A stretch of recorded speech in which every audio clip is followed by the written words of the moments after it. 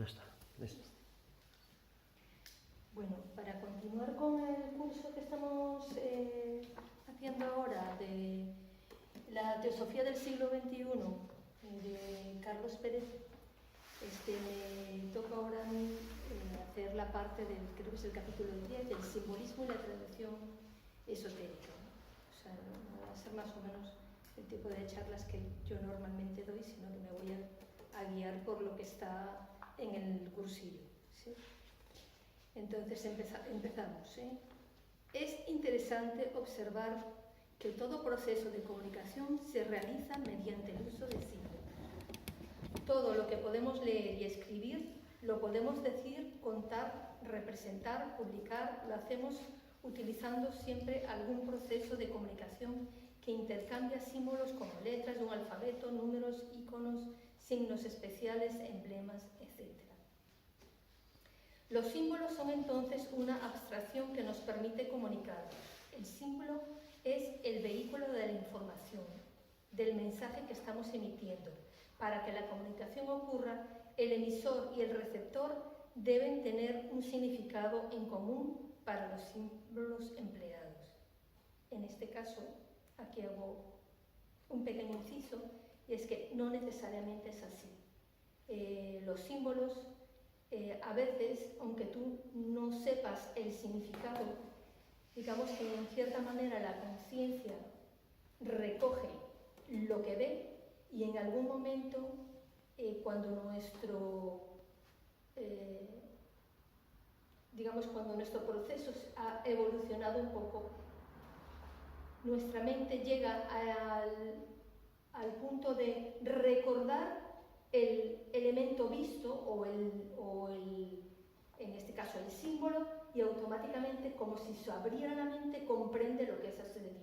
Pero en realidad siempre es registrado por la mente, independientemente que en el momento no lo entendamos o que no, o sea, por ejemplo, como explican aquí, que ponen un ejemplo, dice: la autoridad encargada de regular el tráfico en las calles pone una señal de stop cuando quiere prescribir que un automóvil se detenga para observar antes de avanzar. Pero esto es posible solo si los conductores conocen lo que deben hacer cuando ven esa señal.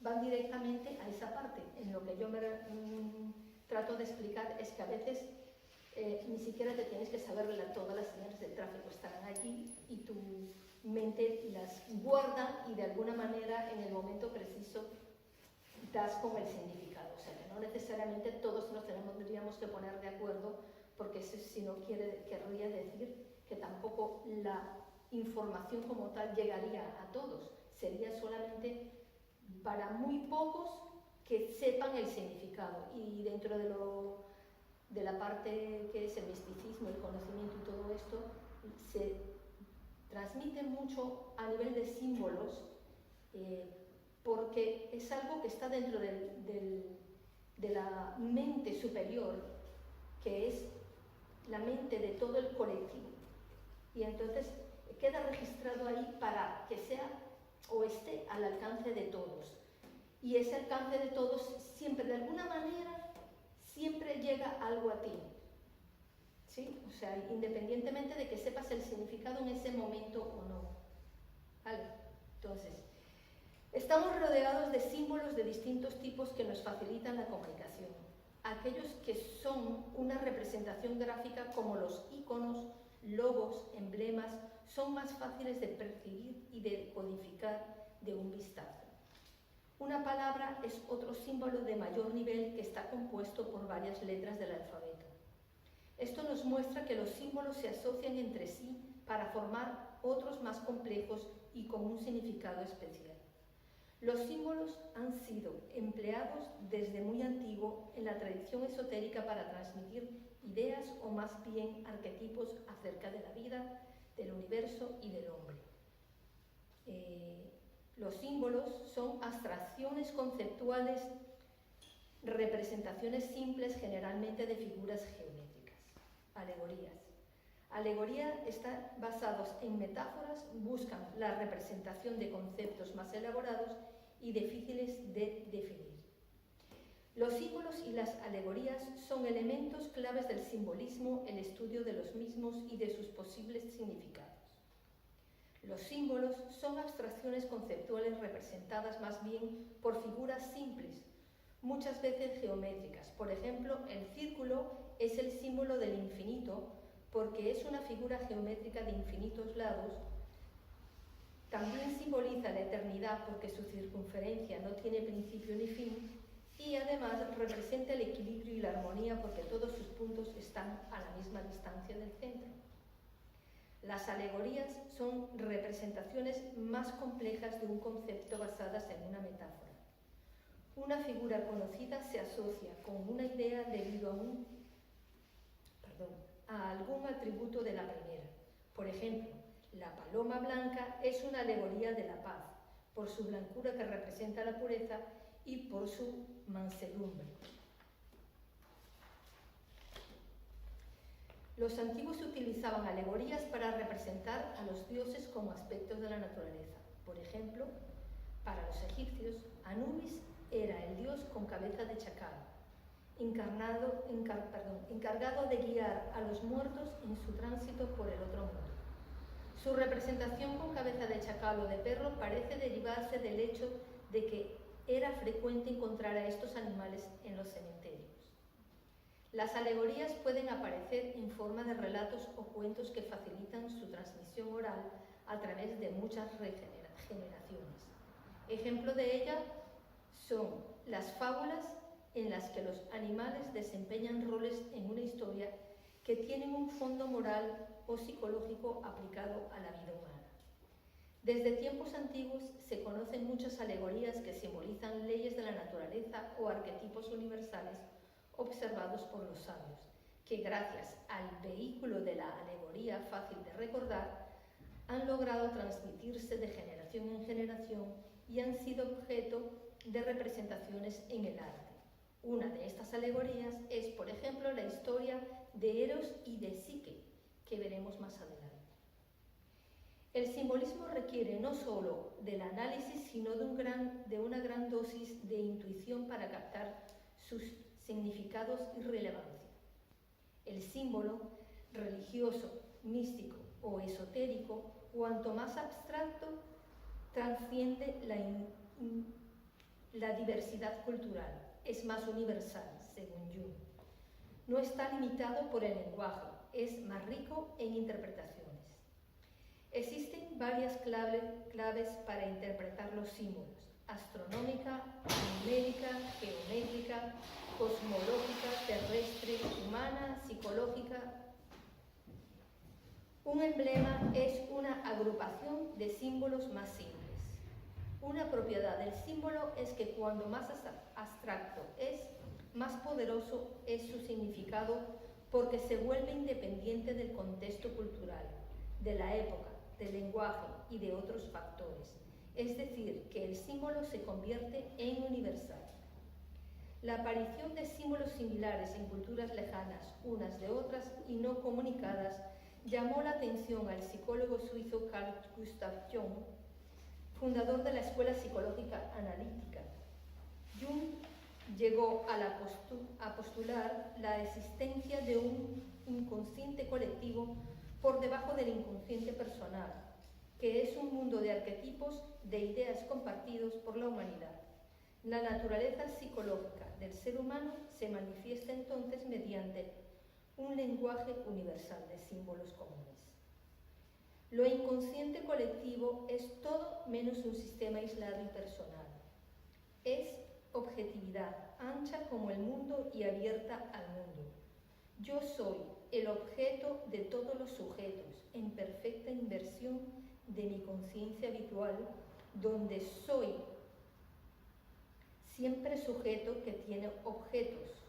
Allí estoy en la más inmediata e íntima unión con el mundo, unido hasta el punto que olvido demasiado fácilmente quién soy en realidad. Perdido en sí mismo es una frase adecuada para designar ese estado, pero ese mismo es el mundo, o un mundo cuando puede verlo una conciencia. Por eso hay que saber que quién se es. Esto es de Carl Jung, sobre los arquetipos de la conciencia, del consciente colectivo. Asociadas a los símbolos están las claves de su interpretación, la capacidad de explicar o de decodificar su mensaje. Las claves son múltiples, ofreciendo al que se acerca al símbolo varias dimensiones para su comprensión. La enseñanza se ofrece tal como se comprende y teniendo en cuenta que hay 7 claves de interpretación para cada símbolo y alegoría, resulta que un significado que puede no responder, por ejemplo, al aspecto psicológico o astronómico, se puede encontrar, sin embargo, perfectamente exacto en el físico o en el metafísico. Esto es de Elena Blavatsky, de la doctrina secreta de Antropogénesis, ¿no? Lo que viene a continuación, el círculo y la cruz. Uno de los símbolos más universales y antiguos es el círculo. Hemos visto en capítulos anteriores cómo Madame Blavatsky describe en el proemio de la doctrina secreta las páginas de un misterioso libro que solo contiene una secuencia de símbolos que describen la génesis del universo. El primero de estos símbolos es un círculo blanco representando el universo en su estado inmanifestado, indiferenciado.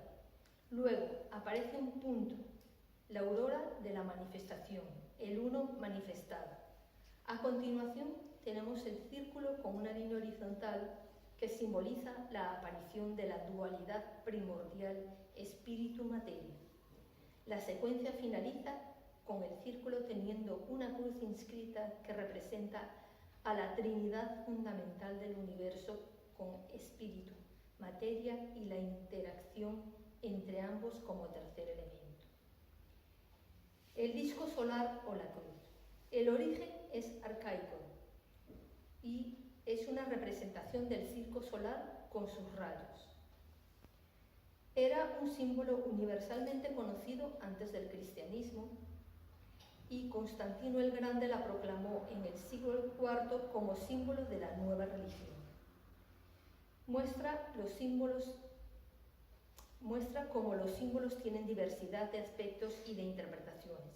La cruz es un símbolo mucho más antiguo que el cristianismo. Su origen está en la representación de la radiación del disco solar.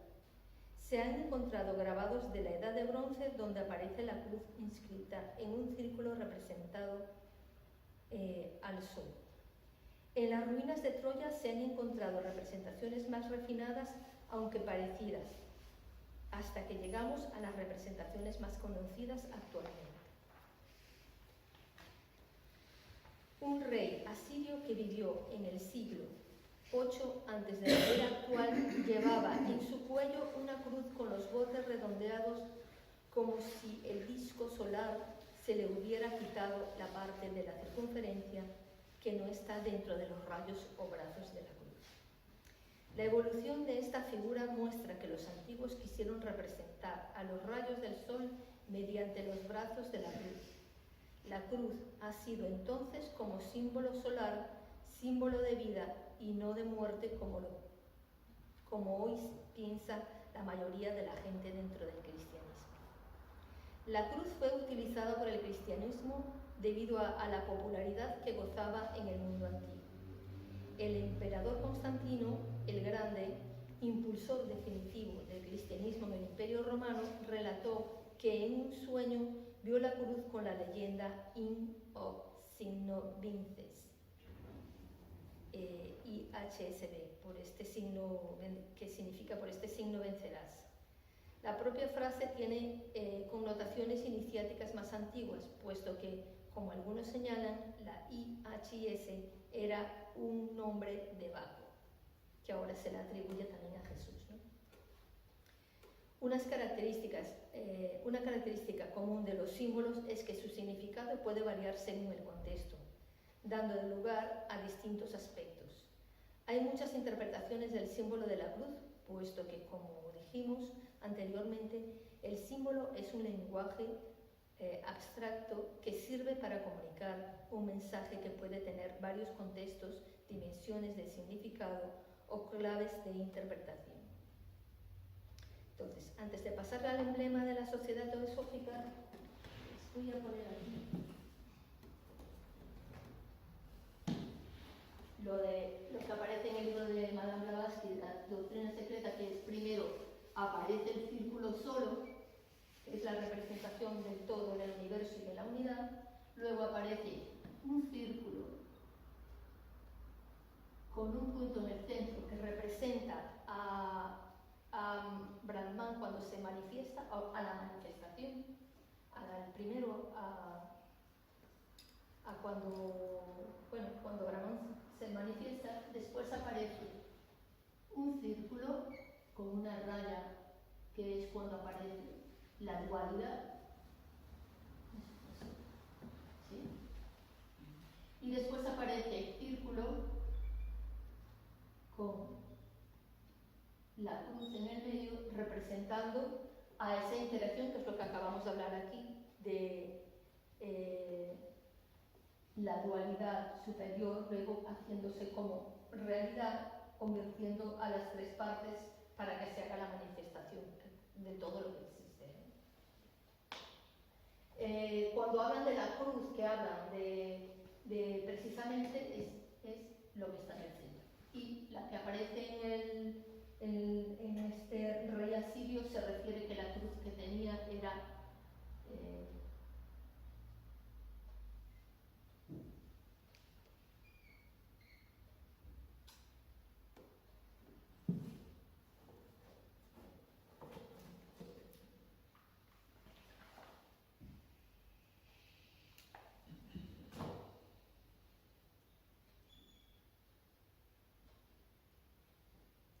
haciendo así como si lo hubieran agarrado y le hubieran quitado los círculos, ¿no?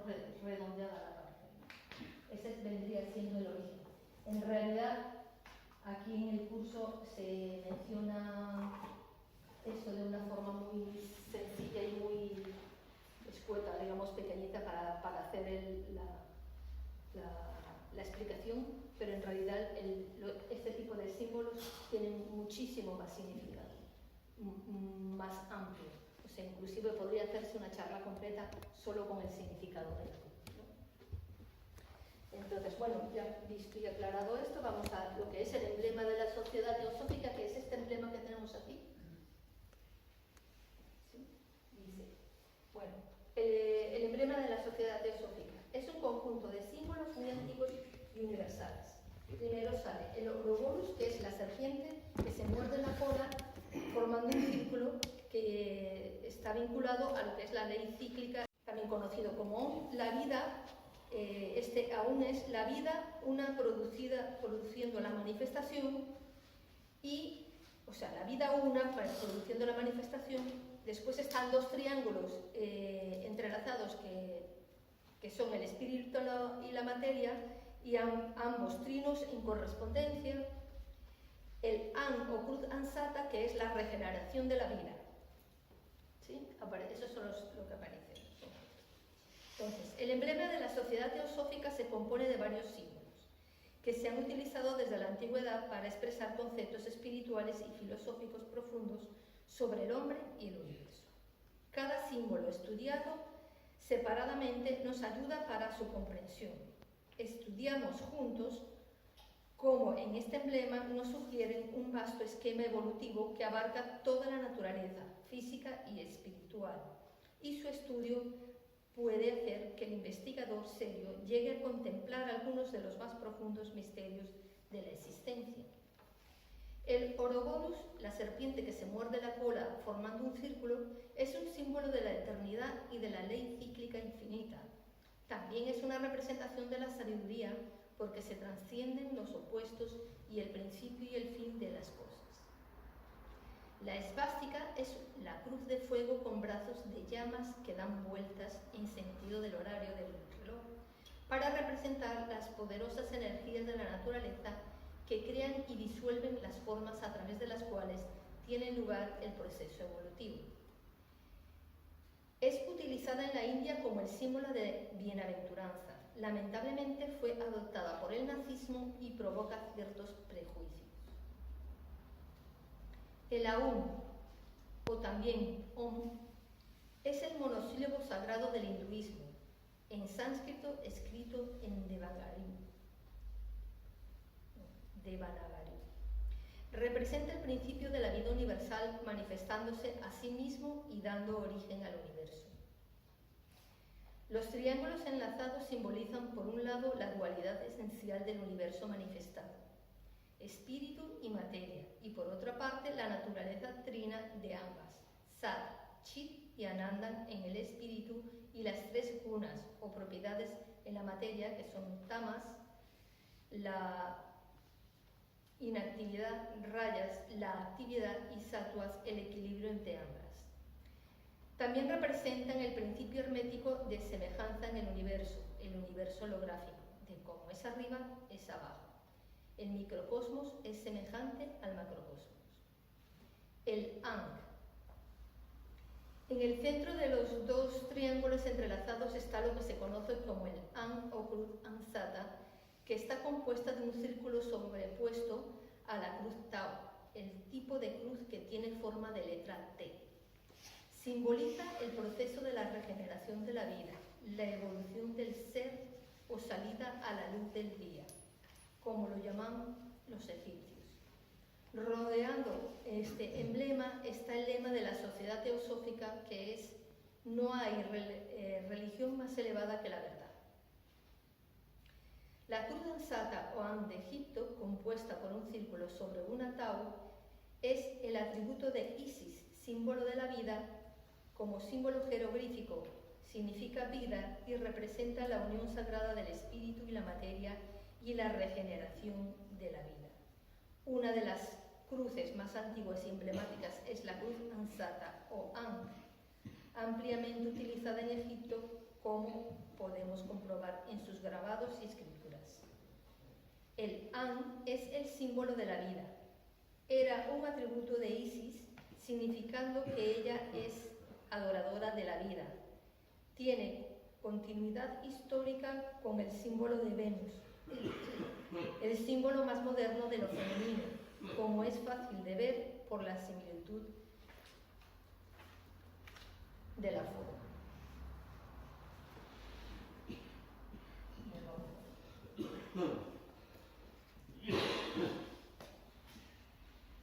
Esta es la cruz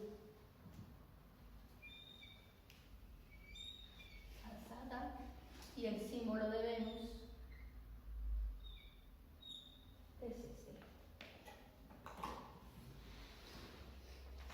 ¿Sí? Por otra parte, Isis es la equivalente egipcia de Venus pagana.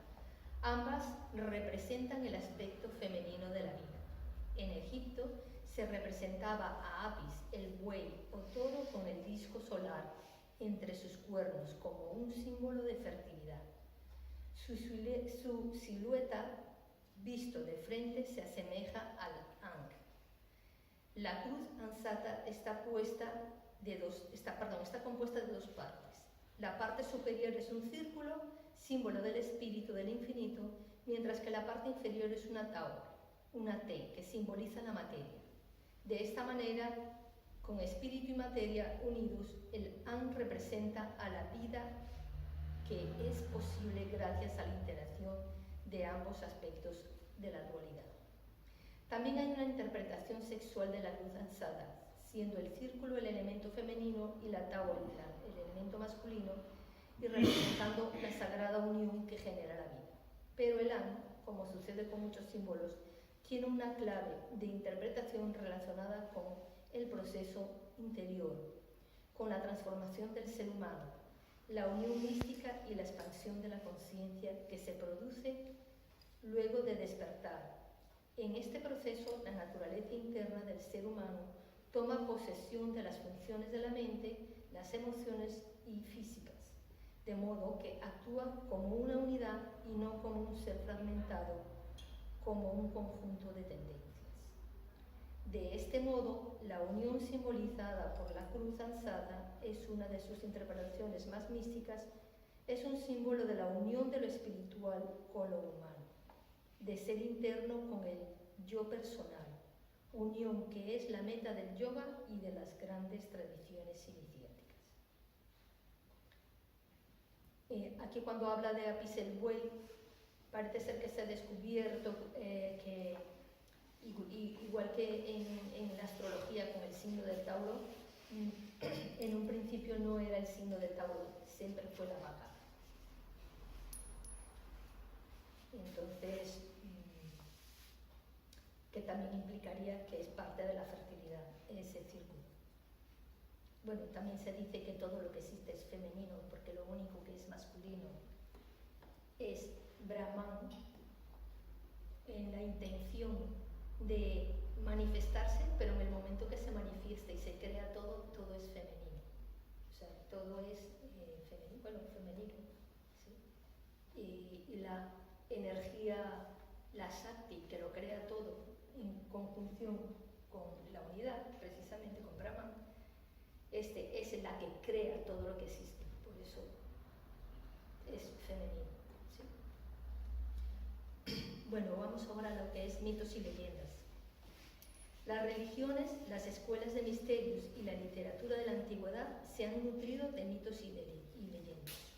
La palabra leyenda proviene del latín legenda y señala lo que debe ser leído.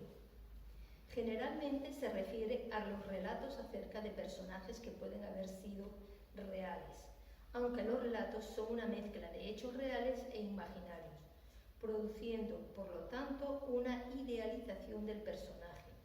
Ejemplos de leyendas son las de Rodrigo Díaz de Vivar, el Cid, héroe de la Reconquista española. Se le atribuye al Cid hazañas, valor y cualidades morales extraordinarias, las cuales pueden haber sido exageradas para destacar la figura del héroe y transmitir un mensaje entusiasta al pueblo. Otra leyenda muy conocida es la de Rómulo y Remo, los hermanos fundadores de Roma, que según la misma fueron amamantados por una loba. Parece probable que los niños hayan sido protegidos por una prostituta, popularmente llamada lupa o loba. Entonces, la leyenda trata de resaltar el valor de los personajes para superar las dificultades externas. La palabra mito proviene de la palabra griega mitos, que significa cuento. En él, tanto los personajes como los hechos son ficticios y han sido diseñados con un propósito didáctico para transmitir fácilmente un mensaje con una enseñanza que debe tener un propósito moral, religioso o filosófico. Ejemplos de mitos son las figuras figuras mitológicas, por ejemplo, Thor en la mitología nórdica, que era el dios del trueno, quien influía en el clima, las cosechas, la justicia y en otras cosas. En el antiguo Egipto, el mito más venerado era el mito de la muerte y la resurrección de Osiris, que veremos con más detalle en otro capítulo. Vale. Razones del mito. Entre las razones están facilitar la transmisión, es un relato oral impresionante para recordarlo, fácil de representar con figuras y alegorías.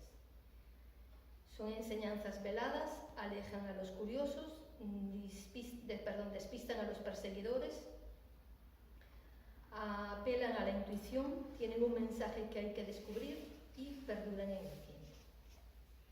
El mito de Eros y de Circe. De origen griego clásico, inmortalizada por Apuleyo, otros mitos antiguos y modernos se corresponden con él. Los personajes principales son Eros, dios, hijo de Afrodita; Psique, bellísima princesa; Afrodita, madre de Eros; padre de Psique; parientes de Psique. Argumento, unión mística y sus dificultades. A modo de ejemplo vamos a tratar de interpretar el mito de Eros y de Psique. Se trata de una historia clásica de origen griego que fue inmortalizada por el poeta latino Apuleyo como una historia en su obra La Metamorfosis, también conocida como El asno de oro. Los personajes son Eros, dios del amor, hijo de Afrodita; Psique, bellísima princesa de Anatolia, la menor de 3 hermanas; Afrodita, diosa de la belleza, el deseo y el amor; Y el padre de Psique, que era el rey de Anatolia, los parientes de Psique, especialmente sus dos hermanas, celosas de su belleza, Eros y Psique. Cuenta la historia que hace mucho tiempo existieron un rey y una reina en Anatolia que tenían 3 hijas. La menor, Psique, de tan deslumbrante belleza, que era adorada por los humanos como una reencarnación de la diosa Afrodita. La diosa estaba celosa de la belleza de la mortal, Psique, por los hombres, puesto que los hombres, abandonando sus altares para adorar en su lugar a una simple mujer. Entonces ordenó a su hijo Eros que intercediera para hacer que la joven se enamorase del hombre más horrendo y vil que pudiera existir. Por su parte, la belleza no había traído a Psique felicidad alguna. Los hombres la idolatraban de 1000 maneras, pero ninguno se atrevía a acercarse ni a pedir su mano. Los preocupados padres consultaron al oráculo de Apolo para determinar qué le depararía el destino a su hija. Lejos de encontrar consuelo, el oráculo predijo que Psique se casaría en la cumbre de la montaña con un monstruo de otro mundo. Psique aceptó amargamente su destino y, obedeciendo al oráculo, sus padres la llevaron hasta la cima de la montaña, seguidos por una larga procesión, donde la abandonaron en llanto para enfrentar a una muerte segura. Así la encontró Céfiro, el viento del oeste, quien la elevó por sobre las montañas hasta depositarla en un valle colmado de flores. Al despertar, Psique se internó en el bosque cercano siguiendo el sonido del agua. Lo que encontró fue un hermoso palacio de indescriptible lujo y belleza, y voces sin cuerpo susurrando que el palacio le pertenecía y que todos estaban allí para su servicio. Esa noche, mientras yacía en la oscuridad de su nueva alcoba, un desconocido, Eros, la visitó para hacerla su esposa. Su voz era suave y amable, pero él no se dejaba ver a la luz del día, lo cual despertaba la curiosidad de Psique, que deseaba conocer su rostro. Con el paso del tiempo, Psique comenzó a sentir desasosiego y sufría por sentirse solo. Extrañaba a sus hermanas, a quienes no veía desde hace tiempo, y esto le causaba tristeza. Imploró entonces a su esposo que le permitiera recibir la visita de sus hermanas, pero éste le advirtió que ellas tratarían de incitar su curiosidad y la alentarían a intentar revelar la identidad de su marido. Él le advertía una y otra vez que no se dejara persuadir por sus hipócritas hermanas, ya que el día en que ella viera su cara no le volvería a ver y sería el día en que acabaría su felicidad. Finalmente, Eros cedió ante las intensas y apasionadas súplicas de Psique y pidió el viento Céfiro que acercara a las hermanas al palacio. Estas, ante la visión de tanto lujo y belleza, ardieron de celos y envidia ante la buena fortuna que había tocado a su hermana. Secretamente, cada una de ellas comenzó a desmerecer lo que a ellas mismas les había tocado en suerte, sus ancianos maridos con sus mezquitas riquezas. Se fueron del palacio planeando cómo castigar a su hermana, y a su retorno convencieron a Psique de que su marido era una enorme y monstruosa serpiente que esperaba el acecho para devorarla. Le sugirieron un detallado plan de acción que se basaba en esperar que el sueño venciera a su marido para que luego acercase a él una lámpara y un puñal y cortara su cabeza de serpiente. Esa misma noche, Psique esperó a que su marido se durmiera junto a ella y encendió su lámpara para observarlo. A quien vio fue al más hermoso de los dioses, el mismo Eros. El cuchillo cayó de sus manos y mientras observaba extasiada esa imagen gloriosa, una gota de aceite veniente de la lámpara cayó en el hombro de Eros. Este despertó y, liberándose del abrazo y los lamentos de Psique, expresó su decepción por la traición de Psique a su amor. Le contó que él mismo desobedeció las órdenes de su propia madre al enamorarse de ella, pero que ya todo estaba arruinado. Y así desplegó sus alas y se fue. Psique comienza entonces una búsqueda desesperada por encontrar a Eros, que culmina en su llegada al templo de Afrodita. Esta, llena de ira y deseos de venganza, rasga las vestiduras de Psique y le encomienda tareas imposibles como clasificar miríadas de semillas distintas. Psique recibe ayuda de distintos dioses y fuerzas de la naturaleza que la hacen posible que complete estos desafíos. Afrodita entonces inventa un nuevo castigo para Psique. Ella debería internarse en el Hades, el mundo subterráneo, en busca de Perséfone, su presa nuevamente de la curiosidad.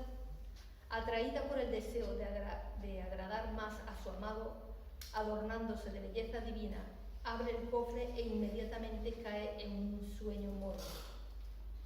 Mientras tanto, Eros, recién recuperado de su herida, sale en búsqueda de su amada esposa para despertarla de su sueño. Luego se dirige a visitar a Zeus para rogar al dios que tuviera compasión de Psique y la hiciera inmortal, para que pudiera vivir con él en los cielos. Zeus se complació de Eros y apaciguó a Afrodita, diciéndole que este sería un casamiento digno de su hijo.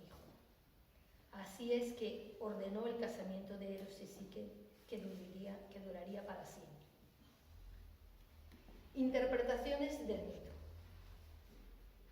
Vamos a hacer una interpretación del mito de Eros y de Psique. Psique representa la personalidad humana, la naturaleza psicológica de la mente y emociones con su expresión en el cuerpo físico. Psique es bellísima como la mente desarrollada, tan cautivadora que hace olvidar de las relaciones y del aspecto amoroso de la vida, de Afrodita. Eros es el ser interno, el alma espiritual que se enamora de su personalidad, la inspira, la atrae hacia sí y en estado de quietud en la noche logra la unión con ella. Un elemento importante del mito, que se encuentra también de una manera u otra en estos mitos similares, es que Eros le previene a Psique que no intente mirarle. Este puede interpretarse como que el ser interno no se lo puede conocer con los ojos físicos, ni con las emociones, ni con la mente ordinaria. Se requiere introspección y confianza en él, que es confianza en uno mismo. En cierta manera está como describiendo lo que sería una meditación. Las hermanas de Psique, que siembran la duda y la desconfianza, representan nuestras ideas y hábitos familiares que se verán desplazados en el proceso de transformación e intentan deshacer esa unión mística. Observemos que ellas no son personas extrañas o ajenas a Psique, sino que son sus hermanas mayores. Psique creció con ellas, pero ahora se convierten en un obstáculo. Cuando Psique ve a Eros con sus propios ojos, pese a la prevención, queda cautivada por él. Libre de la desconfianza de los hábitos adquiridos del yo, el ser interno se revela con toda su gloria y belleza. Pero la unión no será fácil. Psique debe cumplir una serie de tareas impuestas por Afrodita, que deben responder a su karma pendiente, y pese al amor que siente por Eros, cae en la tentación de obtener más belleza de Perséfone. Eros, que es el ser interno, rescata a Psique de la personalidad. El rescate no viene de afuera, sino de adentro. Nuestra naturaleza interna acude cuando la personalidad está desmayada y ya no sabemos cómo seguir. Cuando la unión mística se consuma, es para siempre y se inicia una nueva etapa es el momento de la iniciación. Lo importante del mito es que cada uno de nosotros podemos encontrar nuestras propias metáforas e interpretaciones que resultarán de la inspiración, ayudando a la comprensión de la transformación del ser humano. Bueno, esto es lo que es el capítulo 10. No sé si tenéis alguna pregunta. Vale. Con respecto a lo de los símbolos, bueno, los símbolos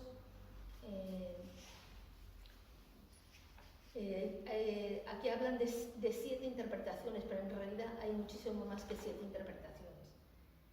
Las interpretaciones de un símbolo son tantas como la capacidad de nuestra mente de abrirnos al significado, porque para cada persona tendrá un significado en particular, aunque de una manera ella tiene un significado que es propio del símbolo en sí, las interpretaciones son infinitas, no solamente desde el punto de vista religioso o filosófico o astrológico, o sea, hay montones de opciones de la interpretación.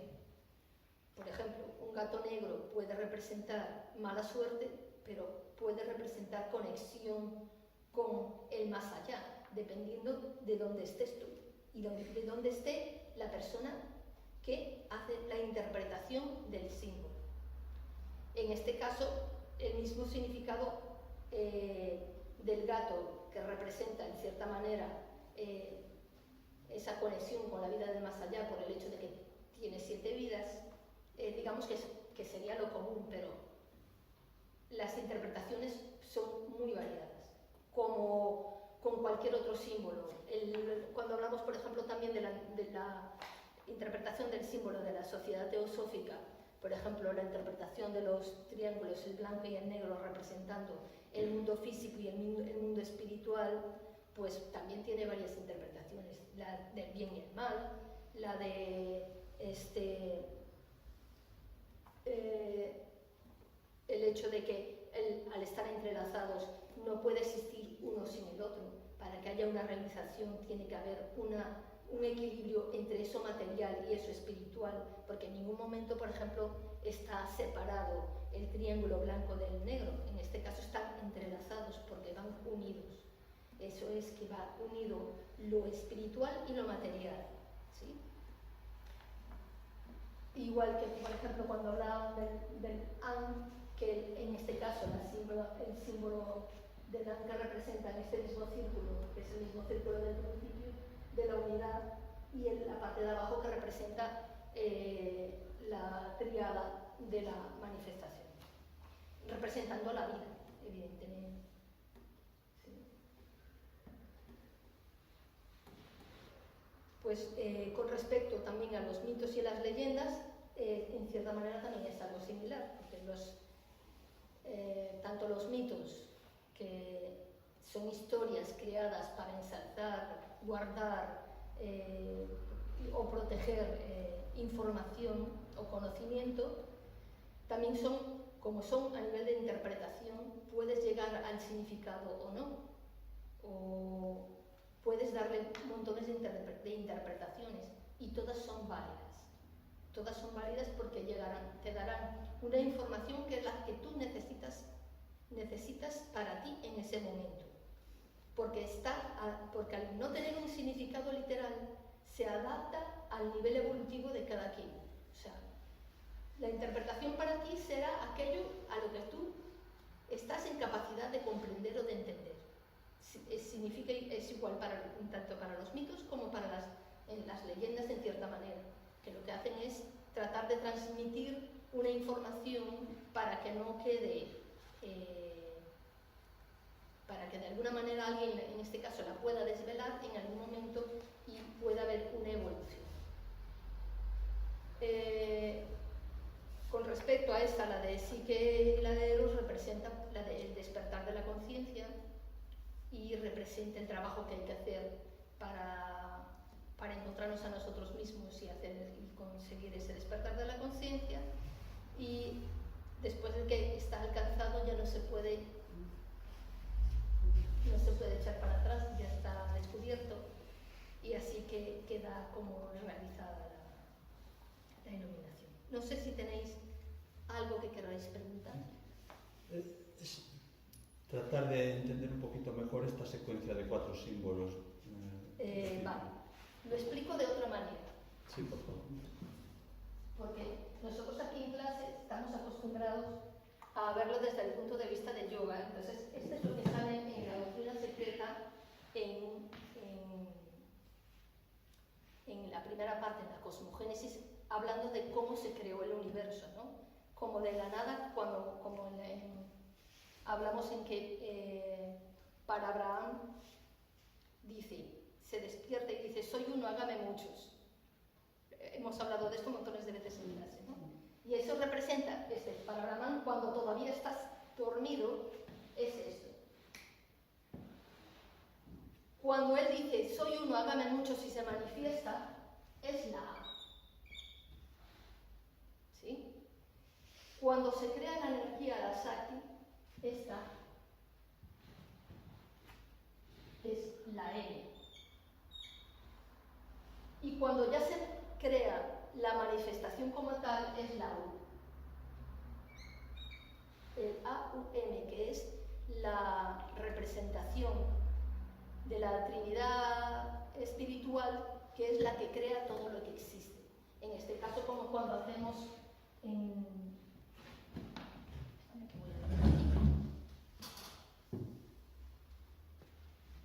cuando hacemos en la explicación de los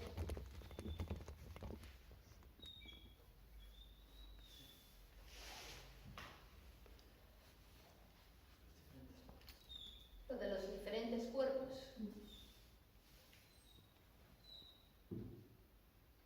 que sería el átmico, el búdico,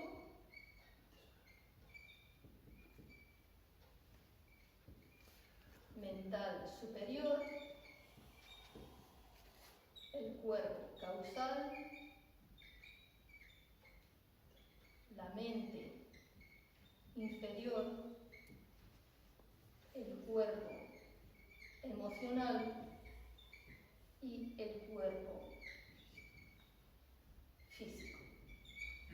Esta explicación es más o menos el equivalente a lo de arriba, ¿no? Entonces, aquí está hablando que la tríada superior, la de la UN,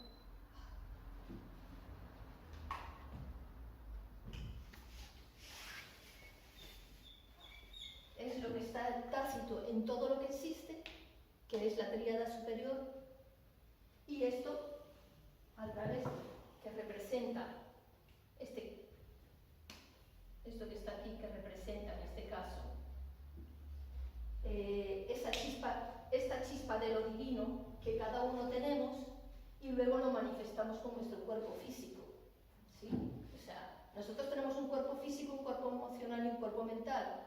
Esta vendría siendo la chispa divina y esto vendría siendo todo lo que es lo espiritual superior, que exactamente nosotros nunca llegamos a esto, ¿sí? Aunque hay gente que dice, cuando me ilumine tal, nosotros estamos aquí y a lo máximo que llegamos es aquí, y esto para estar aquí es para cuando ya mueren todos nuestros cuerpos y nos integramos con la unidad. Entonces, cuando nos integramos con la unidad es cuando nos unimos a la unidad misma en sí. ¿Sí? O sea, nosotros estamos aquí.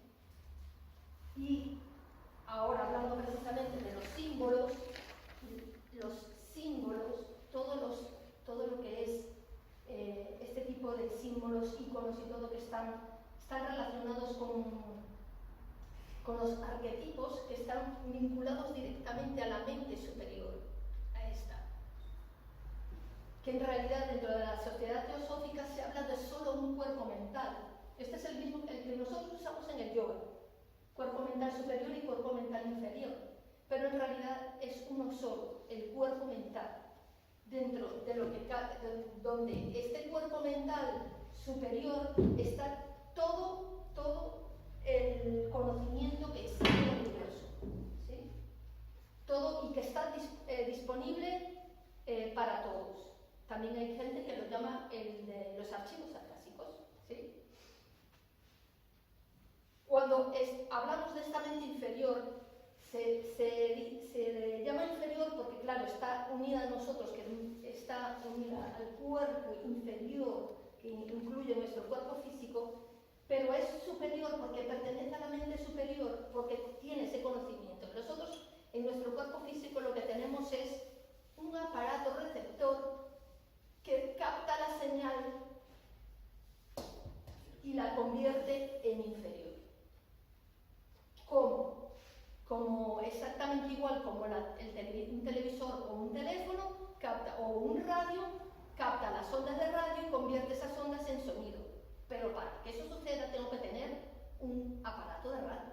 Entonces nosotros tenemos un aparato de radio, captamos unas ondas que vienen de aquí y las transformamos en esta información que nos llega a nosotros al cerebro.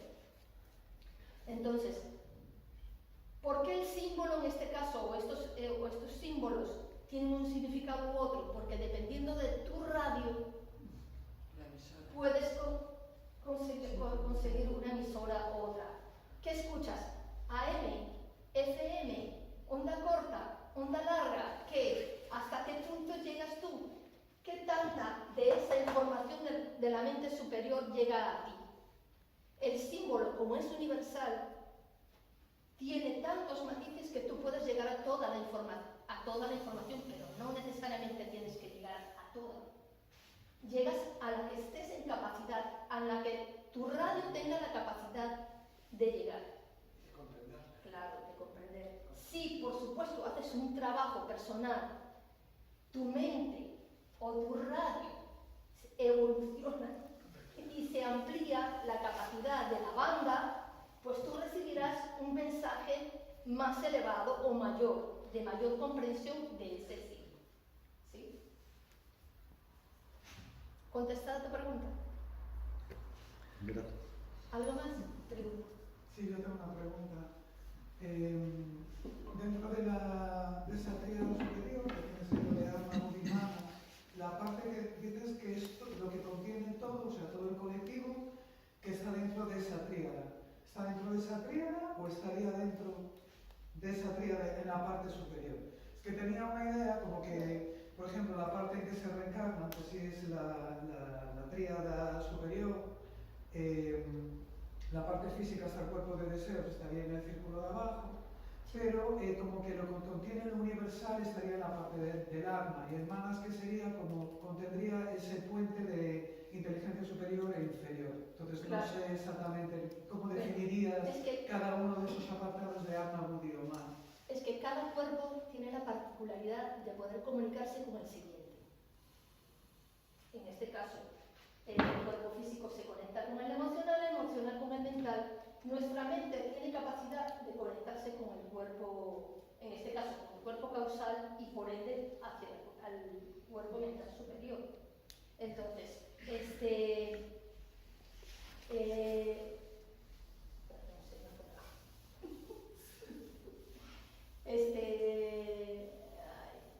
disculpa, me vuelvo a preguntar, porque es que se me fue la... Nada, eso la te lo respuesta. aclararé, no te preocupes. Tengo otra, si quieres, y dejamos esta parte porque es más liosa. Respecto al cuarto, el primero es el círculo, no, ya voy a dejar esa parte. Vale. Pones En este caso de lo que me decías, perdón, sí.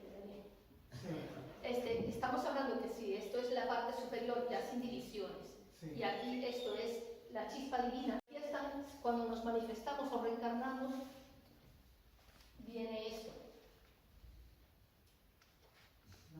Sí. Sí. No, lo entendía diferente, pero lo tiene nada, perfectamente, que sí, yo tampoco sé. O sea, esto representa como Sí. una mínima parte de Dios, es lo que le llaman la chispa divina, o en este caso en filosofía se le dice El ángel. ¿ah? El ángel.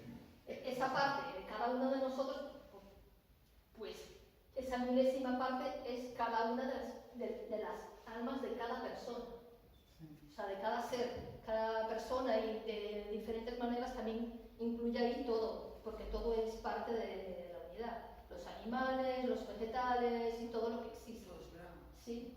Y lo que estamos es nosotros es con esto, que es lo que se manifiesta. A partir de aquí es lo que se manifiesta. Esto es lo que crea. Esto es lo que crea que el universo se dé o que se manifieste en las diferentes formas. Y esto ya lo han manifestado.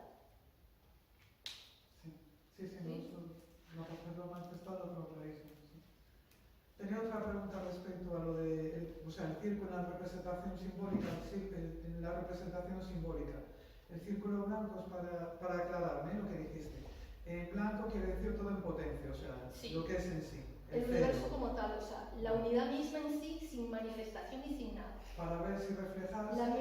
Lo que le llaman en el hinduismo es para Abraham.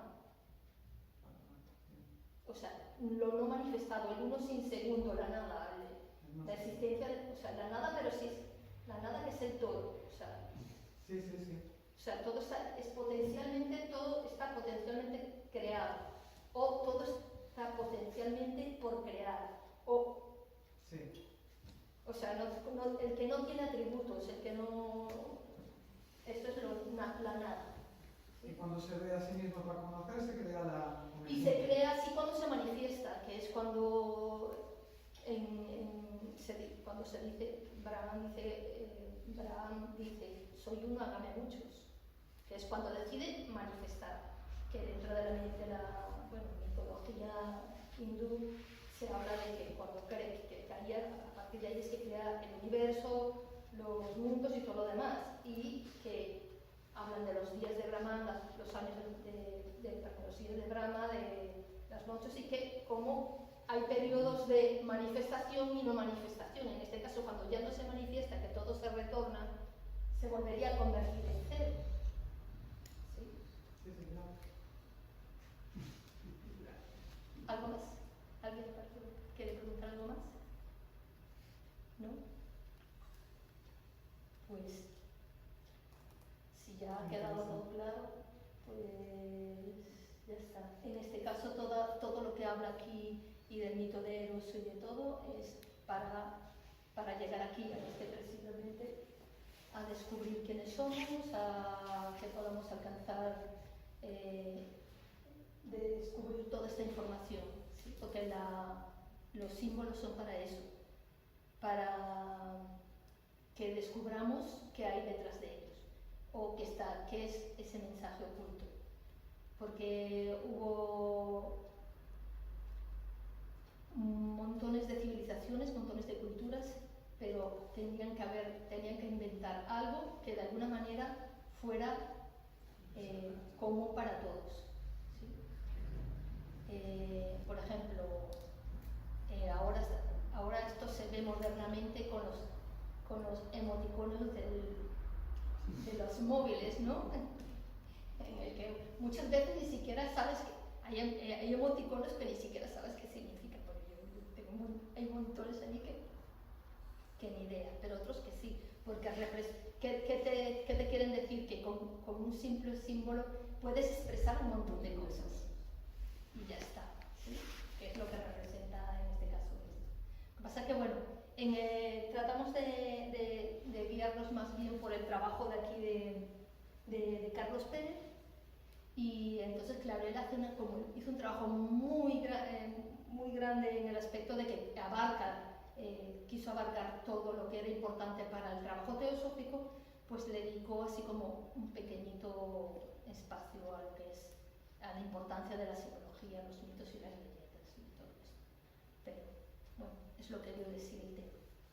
Bueno, pues si no tenéis ninguna otra pregunta ni nada, Que dio mucho. dio de mucho, hombre. Todo esto realmente es una forma, entiendo, de comprender todo aquello que no somos cada uno de nosotros. Claro, sí. En realidad desde el punto de vista psicológico, o sea, que aquí se habla mucho de Jung, porque Jung siempre fue mucho más allá y no se quedó con la parte de la psicología, inclusive fue tarotista, y hizo montones de prácticas con alucinógenos y todo para alcanzar estados alterados de conciencia y demás. Inclusive creo que se murió de abuso de la cocaína o algo así, una cosa así, ¿no? Ahora no lo recuerdo bien. Pero ellos llegó a la conclusión de cómo afectaba simbólicamente, cómo nos afecta dentro del inconsciente todos estos símbolos que de una manera u otra pensamos que no tienen un valor X porque no los entendemos, pero están generándonos una vibración en nuestros cuerpos sutiles que a la final crean un cambio. Inclusive dentro de algunas órdenes místicas se utilizan ciertos símbolos que tú los pones, por ejemplo, el que tenemos arriba del Sudharma Mandana, o cuando se usa el símbolo, el típico de... que muchas veces a lo mejor ni lo conoces, pero lo llevas colgado aquí, ¿no? Y es más que todo porque esta vibración que genera la información que está allí, de alguna forma u otra, sí afecta sutilmente a que tengamos una amplitud de mente, en cierta manera. Entonces, hay muchos, ya te digo, hay algunas escuelas místicas en las que tú pones ciertos símbolos a nivel de donde los veas constantemente, como para que te hagan un efecto sutil de forma en que, aunque no sepas qué significa, que sí te afecta directamente. Que supuestamente sí afecta, dicen. Energéticamente se usan también dentro de la cultura popular, en cierta manera, con los chamanes, los brujos y todos estos, que ponen cierto tipo de símbolos que hacen tal cosa, o que generan tal situación, o que te liberan de no sé qué, o que te salvan o te protegen. O sea, porque aunque no tengas el significado, tienen una carga energética y una carga de información que modifica el entorno de alguna manera, aunque no lo veamos. Sí, o sea que en este caso es a lo que yo me refería, de que a veces, aunque no entiendas lo que significa, igual afecta de una manera u otra. Sí. Entonces, bueno, ya que no hay más preguntas ni nada, pues entonces lo dejaremos así. Y ya quedaremos para la próxima charla, que creo que viene Casiapa. No, me toca a mí. Casiapa es la siguiente. Pues nada, pues entonces hacemos la invocación de... Tienes en la carpeta. que hacemos siempre al final de Anibesan.